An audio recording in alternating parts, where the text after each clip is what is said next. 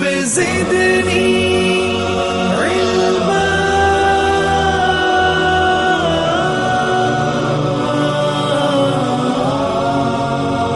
لله وكفى وسلام على عباده الذين اصطفى وصلي وسلم على حبيبنا المجتبى وعلى آله وصحبه نجوم الهدى وقادة التقى. أما بعد فأعوذ بالله من الشيطان الرجيم. بسم الله الرحمن الرحيم. وكان بالمؤمنين رحيما ان رحمتي وسعت كل شيء. وعن ابي هريرة رضي الله تعالى عنه عن النبي صلى الله عليه وسلم قال ان لله 100 رحمة انزل منها رحمة واحدة بين الجن والانس والبهائم والهوام فبها يتعاطفون وبها يتراحمون وبها تعطف الوحش على ولدها وأخر الله 99 رحمة يرحم الله بها عباده يوم القيامة. رواہ مسلم. بزرگان محترم، عزیزو، دوستو، میں نے جو قرآن کریم کی آیت اور احادیث پیش کی، اس میں یہ بتلانا چاہتے ہیں کہ حق تعالی شانہ کی رحمت ہمارے اوپر ہر وقت چھائی ہوئی ہے. رحمتی وسعت کل شیء. قرآن پاک میں بھی جو آپ پڑھتے ہیں، جب قرآن شروع کرتے ہیں تو پہلے پڑھتے ہیں بسم اللہ الرحمن الرحیم. اللہ کی دو رحمت، اللہ کے دو نام کا ذکر کرتے ہیں جو اللہ کے 99 صفاتی نام ہیں، ان میں سے یہ دو نام ہیں رحمان اور رحیم. اس کو آسانی کے لیے سمجھیں اس طرح کہ یہ دو نام ذکر کرنے کی وجہ کیا ہے. دیکھیے، ایک آدمی مالدار ہو اور سخی ہو، یہ دونوں الگ الگ اس کی صفات ہیں. بعض لوگ مالدار تو ہوتے ہیں لیکن سخی نہیں ہوتے، بعض لوگ سخی ہوتے ہیں لیکن ان کے پاس مال نہیں ہوتا ہے. یہاں اگر سب سے بڑا حسن اسی میں ہے کہ مالدار بھی ہو اور سخی بھی ہو. ایسے اللہ تعالی رحمان بھی ہیں اور رحم کرنے والے بھی ہیں. ایسے رحمان کے دوسرے معنی بھی علماء نے لکھے ہیں کہ دنیا میں بھی رحم کرنے والے، آخرت میں بھی رحم کرنے والے، لیکن بعضوں نے اس طرح بھی لکھا. تو اللہ تعالیٰ کی صفت رحمت ہر وقت ہمارے اوپر سایہ افغن ہے، ہمارے اوپر سایہ ڈالے ہوئے ہیں. اسی وجہ سے ہم دنیا میں گھوم پھر رہے ہیں. دیکھیے، سیدنا آدم علیہ نبینا علیہ الصلاۃ والسلام کو حق تعالی شانہ نے پیدا کرنے کے بعد جنت میں رکھا.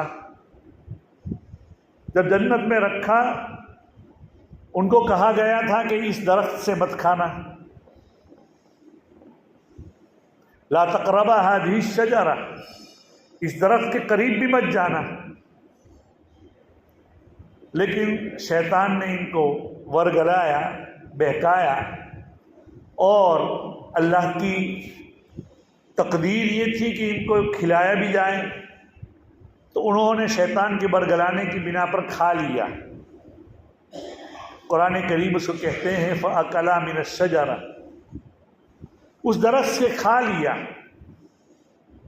یہ اللہ تعالیٰ کی ایک قسم کی حکم کی نافرمانی تھی، حکم عدولی تھی، بھول کی وجہ سے ہوا تھا.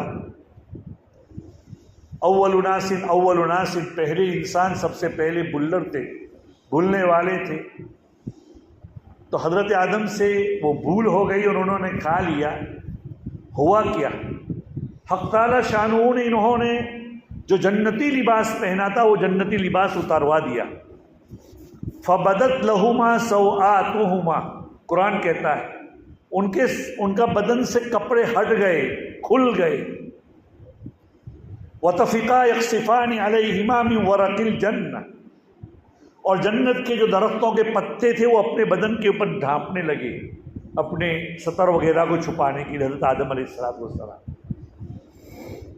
یہ اللہ تعالیٰ نے گویا کہ، اور پھر ان کو آخرت جنت سے دنیا میں اتار دیا گیا۔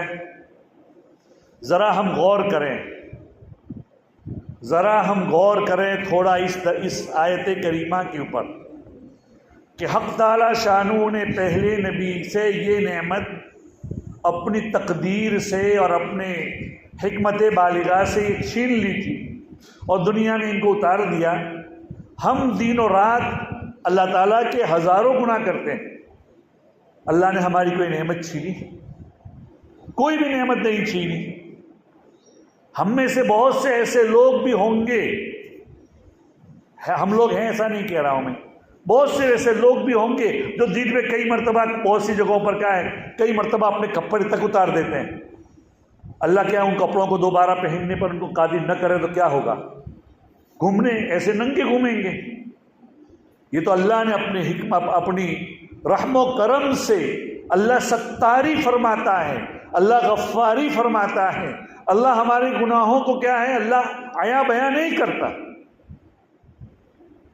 بنو اسرائیل میں اور اگلی امتوں میں ایسا ہوتا تھا کہ اگر آدمی رات میں کوئی گناہ کرے تو صبح میں اس کے گھر کے باہر لکھا ہوا مل جاتا تھا کہ اس آدمی نے یہ گناہ کیا۔ اللہ تو ہمارے اوپر کتنی ستاری کر رہا ہے، کتنے ہم اللہ تعالیٰ کی نافرمانی کرتے ہیں، اس کے باوجود بھی اللہ اپنی رحمت سے ہمارے اوپر کیا ہے اس کو پردہ پوشی کرتا ہے۔ یہ بہت کیا اللہ تعالیٰ کا ہمارے اوپر انعام ہے۔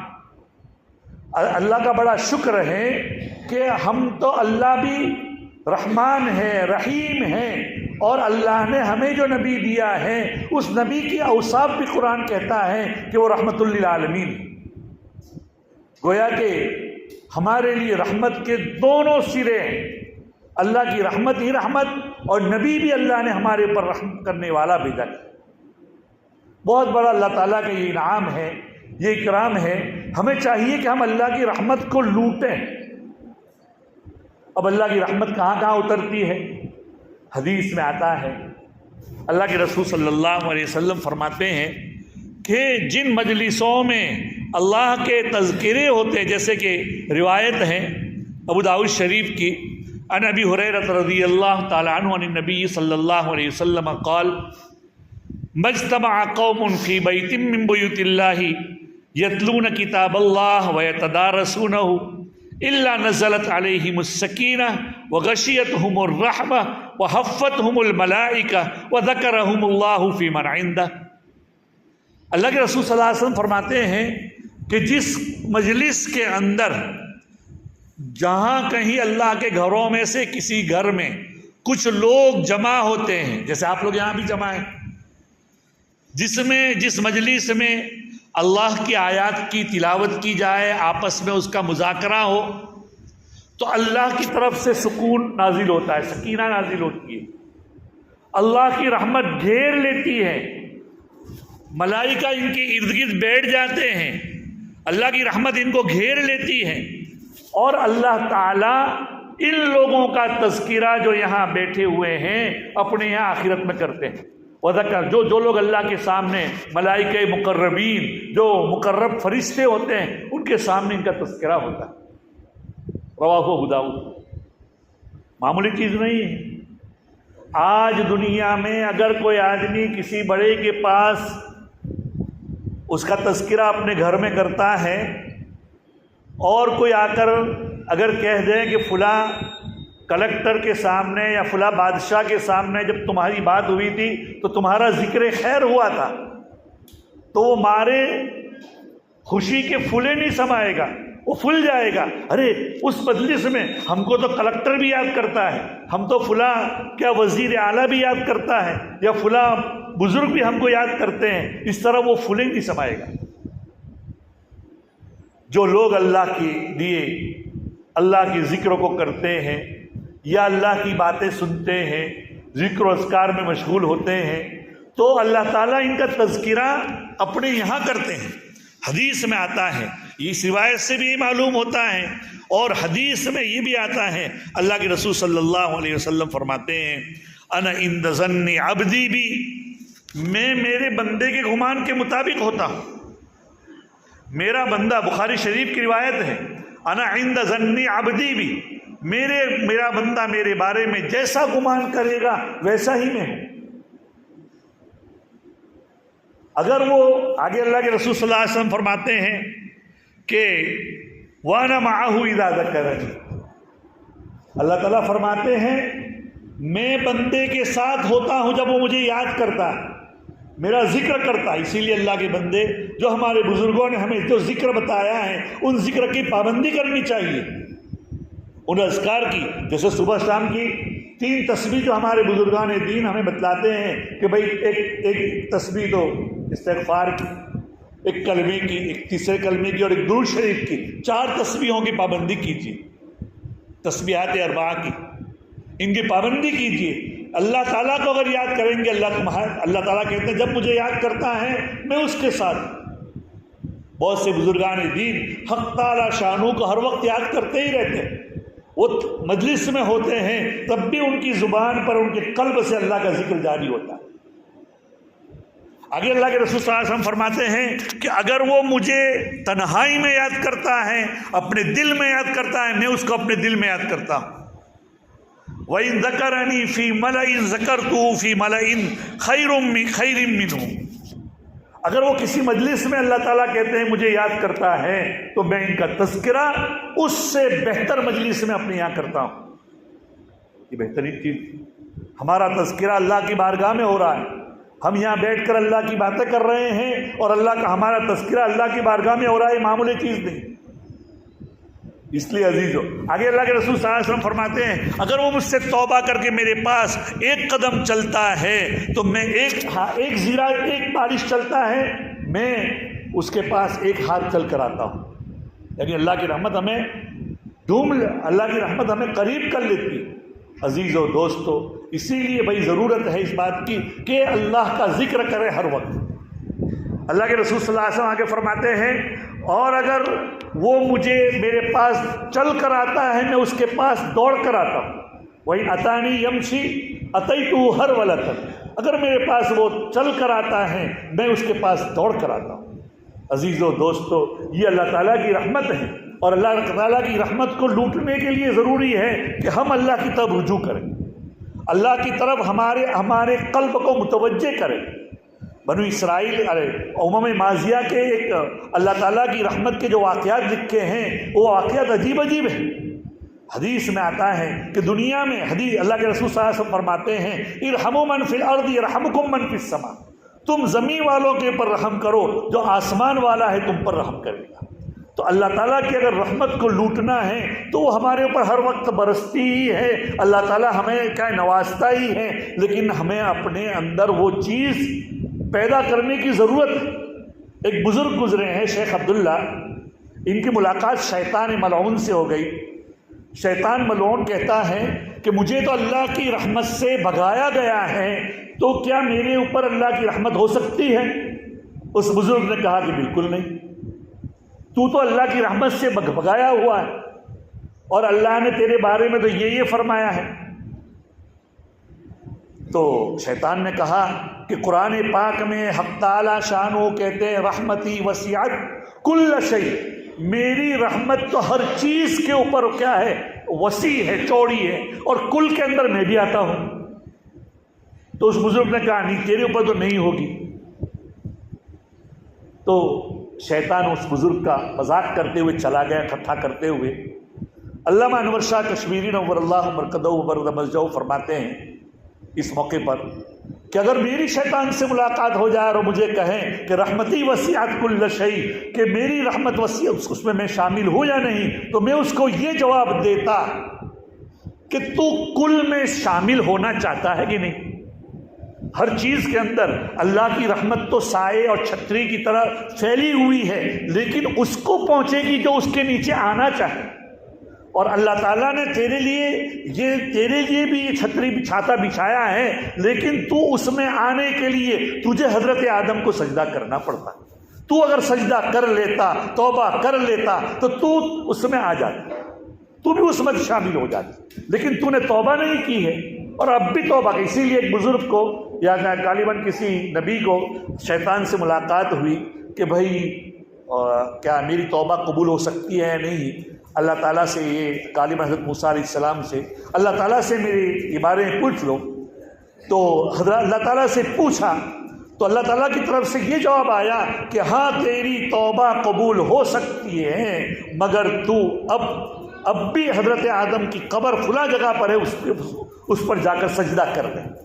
اگرچہ قبر پر سجدہ کرنا کسی کی بھی جائز نہیں ہے، لیکن اللہ کا اگر حکم ہو تو وہ کر سکتے ہیں۔ شیطان نے کہا یہ اسی وجہ سے تو مجھے دنیا میں بھگایا گیا۔ دیکھیے تو رحمت اللہ تعالیٰ کی ہر وقت برستی ہے، اور اللہ کی رحمت اللہ کے غصے کی حالت میں بھی ہوتی ہے۔ جیسے شیطان کو حق تعالیٰ شانہ نے بھگایا تو اس حالت میں بھی اس نے کیا کہا؟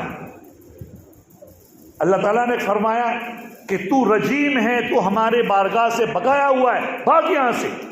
دنیا میں اگر کوئی آدمی اپنے بیٹے کے اوپر یا اپنے نوکر یا ملازم پر غصہ ہوتا ہے، اور اگر نوکر اس حالت میں بھی درخواست کرتا ہے تو کہا ارے مجھ سے بات مت کر، تو کیسی بات کرتا ہے؟ لیکن حق تعالیٰ شانہ کے سامنے اللہ کی صفتیں جہاں غضب ہیں وہاں رحمت دونوں جمع ہو گئی ہے۔ یہاں پر شیطان نے کہا ربی انظرنی الی یوم یبعثون، اللہ بھگا رہے ہیں غصے کی حالت میں، اور وہ کہتا ہے کہ قیامت تک اللہ تعالیٰ مجھے مہلت دے دنیا میں۔ اللہ تعالیٰ اس وقت بھی اس کی درخواست قبول کرتے ہیں اور کہتے ہیں انک من المنظرین، تجھے میں نے مہلت دے دی، جاؤ۔ اللہ میاں وہ ہے، اللہ تعالیٰ ایک ہی وقت میں کسی کے اوپر رحمت برسا سکتے ہیں اور کسی کے اوپر اللہ جلال میں ہوتے ہیں۔ اللہ کی رحمتوں کے اندر، دنیا کے اندر انسان کے اندر یہ بات نہیں، انسان سنتا ہے ایک کی دو کی سنتا، اللہ ہر وقت ہر ایک کی سنتا ہے، اللہ ہر ایک کو دیکھتا ہے ہر وقت میں۔ اللہ ایسا نہیں کہ سنتا ہے تو دیکھتا نہیں، دیکھتا ہے تو ایک کو دیکھتا ہے دوسروں کو نہیں دیکھتا، ہر چیز پر اللہ کی نظر ہے۔ تو اللہ کی رحمت ہر وقت ہے، چاہے کسی کے اوپر، کسی قوم کے اوپر اگر اللہ کا غضب ہے، اگر کسی قوم کے اوپر بھی کیا ہے، اگر اللہ کا یہ ہے تو اللہ کی وہی عین رحمت ہوتی ہے۔ تو کہنے کا مقصد یہ ہے کہ اللہ کی رحمت ہمیں اپنے شامل حال کرنا چاہتی ہے، لیکن ہم اسے لوٹتے ہیں یا نہیں؟ اللہ کی رحمت میں ہم آنا چاہتے ہیں یا نہیں؟ اللہ نے ہم نے اپنے فضل و کرم سے اتنا مبارک مہینہ عطا فرمایا تھا، رحمت کا مہینہ عطا فرمایا تھا، اور یہ دن بھی بڑے مبارک دن ہیں، یہ شوال کا اور ذوالقعدہ اور ذی الحج کے بڑے مبارک دن ہیں۔ ان دنوں کی قدر کریں، توبہ کریں، اللہ کی طرف رجوع کریں اور اللہ تعالیٰ کو راضی کر لیں۔ اللہ تعالیٰ کو اگر راضی کر لیں گے تو اللہ تعالیٰ خوش ہو جائیں گے، دنیا میں بھی نواز دیں گے اور اللہ تعالیٰ آخرت میں بھی نواز دیں۔ اور اپنے آپ کو اللہ کی طرف کریں، حقوق اللہ کے ساتھ حقوق العباد ادا کریں۔ اللہ تعالیٰ ہمیں بھی توفیق نصیب فرمائیں۔ وآخر دعوانا الحمدللہ رب العالمین۔